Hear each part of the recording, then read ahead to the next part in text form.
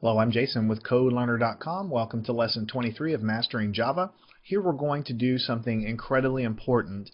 We've been doing and dealing with variables almost since the very first program we compiled in Java, and we've gotten pretty comfortable at declaring integers and doing loops and if statements and things like that. But there are a couple of things that I need to talk to you about regarding scope of variables and also the lifetime of a variable. And if I skip this section, or if you skip this section, then what's going to happen eventually is you're going to write a program that's going to be confusing and you're not going to know why it works. So let me try to short circuit that right now and tell you to please pay attention to this lesson because it will save you a lot of heartache in the future. First thing I want to talk about is the scope of a variable. What do I mean by that? First thing I want to do is point out to you that our main method here, which is the main body in which our program is going to run, is encapsulated between these curly braces here, these two. And later, as we do more complicated programs, we're going to create our own methods that we can call and then bounce back from, and so make more complicated programs. But for now, everything's happening inside of the main method. So when I declare an integer, let's say I, like this, I'm declaring it inside of this main method. So when I do things like this, system.out.println, bear with me here a little bit. The value of I is like this. Of course, I haven't initialized it to anything. Let's initialize it to 12. Of course, what's going to happen here is it's going to print it out because this variable has been declared up here. It's been initialized to a value. And this print statement knows the value of this variable because it's sitting right here in the same code block. So in other words, this print statement and this integer declaration are both inside of these curly braces, and so this print statement knows the value of this variable. That's what we've defined it to be. Now let me show you something else. What if I wrap this print statement inside of an if?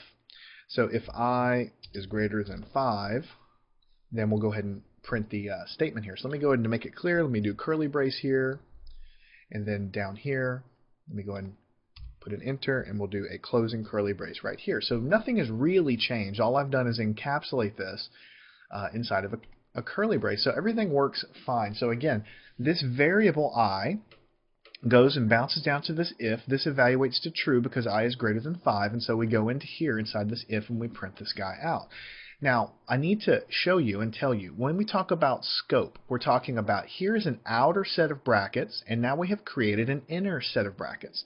Anytime you create a new code block, in this case this is a code block between here and here, could be because of an if, could be because of a for, could be because of lots of other things like while loops and things that we're going to create later on down the road.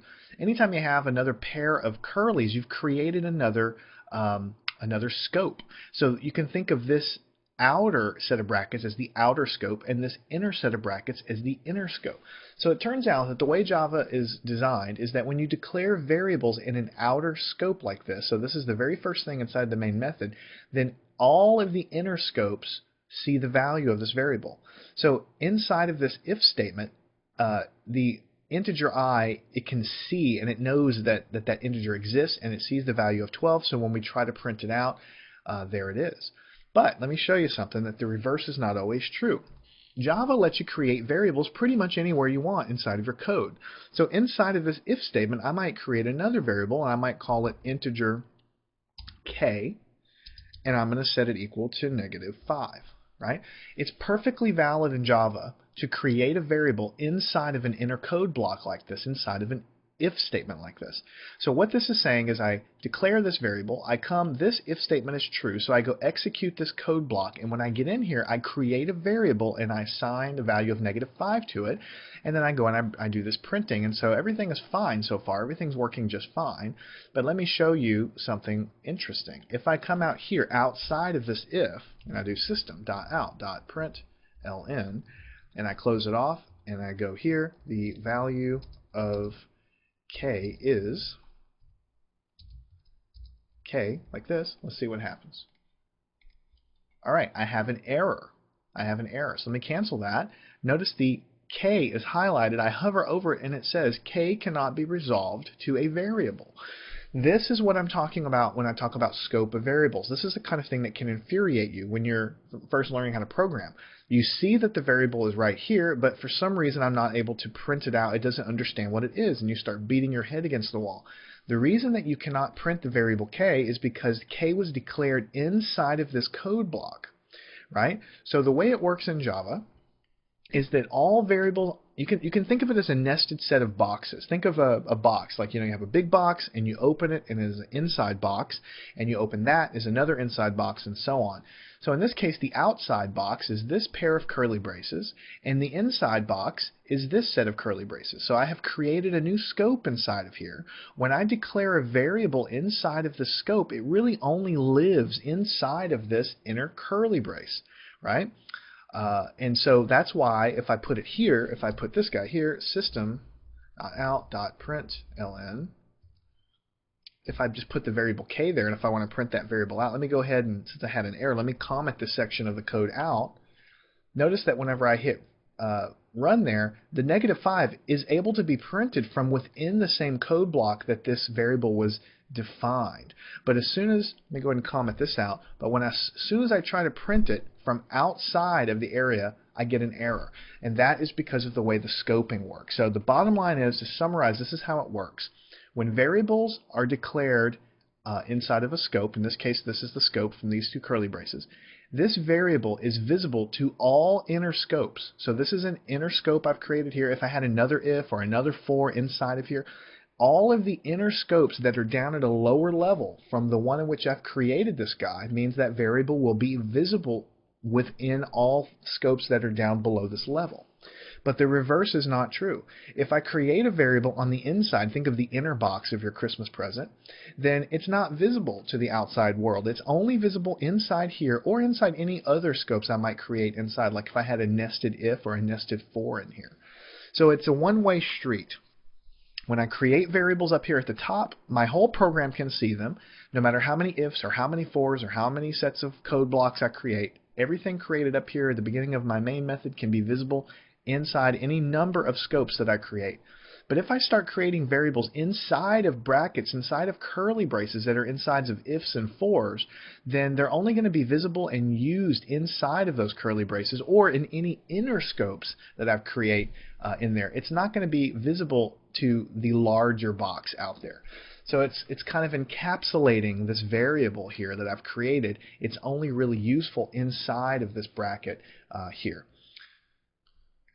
And there's one more thing I'm going to say. Not only is the thing only visible in here, not only is this variable k only visible inside of here, the way it works is when Java gets down to the if statement and it starts to execute this, the variable k is initialized to the number -5, and then whenever we exit the if down here, this variable k is destroyed. It's not preserved for the next time we come back. Like, let's say this was a for loop and we're looping over and over again.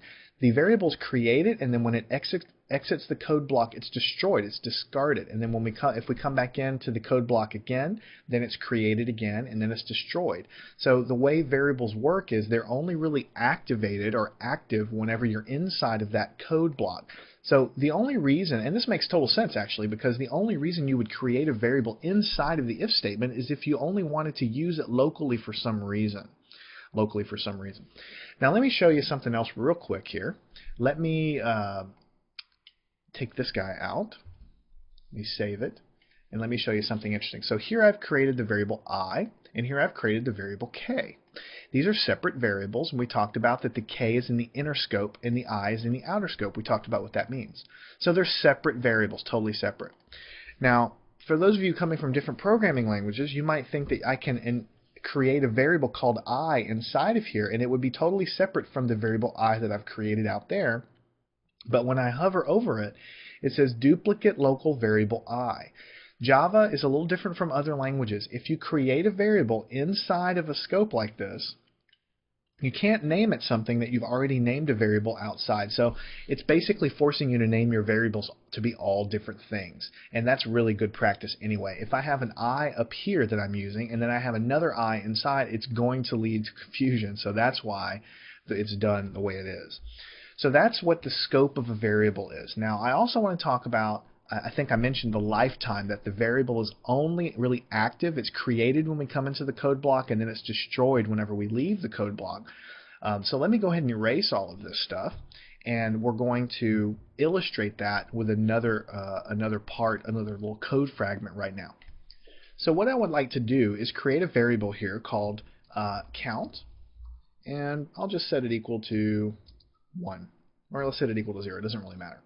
And then I want to create a for loop, and I'm going to say count is equal to 0, count is less than or equal to, let's say, 8, and let's say count plus plus. That means increment the count variable. So all we've done here is we've created a loop that does it 8 times, and I'm going to open a curly brace, hit enter.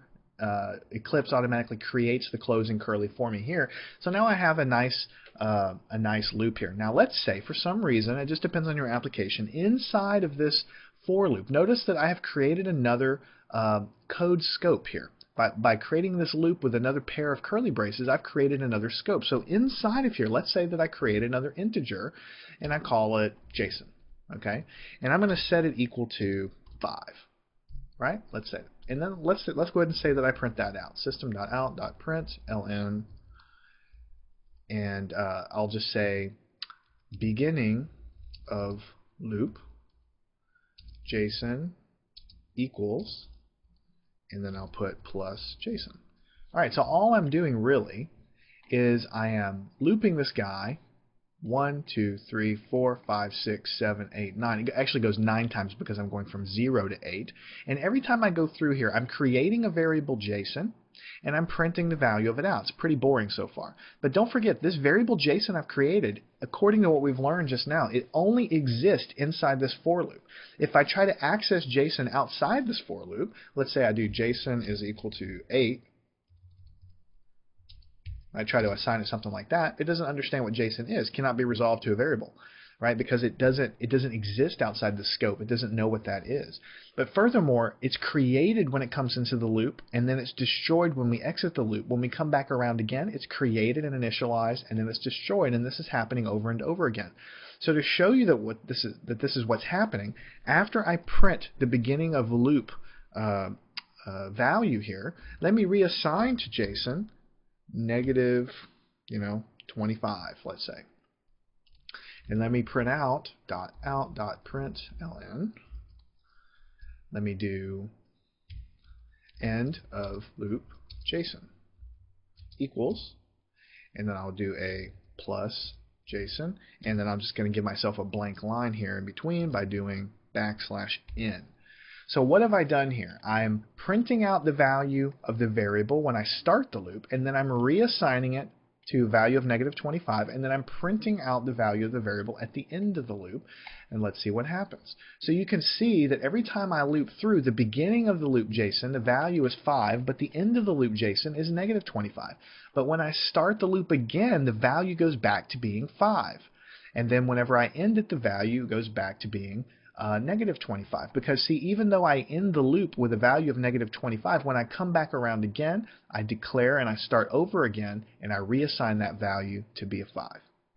So I guess the point that we're trying to make here is every time we come through the loop, we reinitialize the variable. Even though it gets overwritten at the end, every time we come back in, it gets overwritten again and again every time we come back through the loop. So these variables, they only really exist inside their scope or any inner scopes here, and they're not visible to the outside world the other direction. And they're created when we go into the scope, and they're destroyed when we exit the scope. Now, most of the time when you create your programs, you're going to declare all of your variables at the beginning of the main method, and you're going to use them. But occasionally, inside of a very complicated for loop or a very complicated if statement or a while loop or any of the other things we'll talk about later, you might have occasion to use a local variable inside of there, and to keep your code efficient, clean, and readable, you might declare that variable. If you know you're only going to use it inside of that loop, you might declare it in there, and so it's used, and it doesn't clutter up all your other variables at the top of your code. So that's kind of what I want to make sure you understand, the scope and the lifetime of these variables in this lesson. Very important stuff. Make sure you understand it. It's incredibly useful for you avoiding errors down the road as you program Java.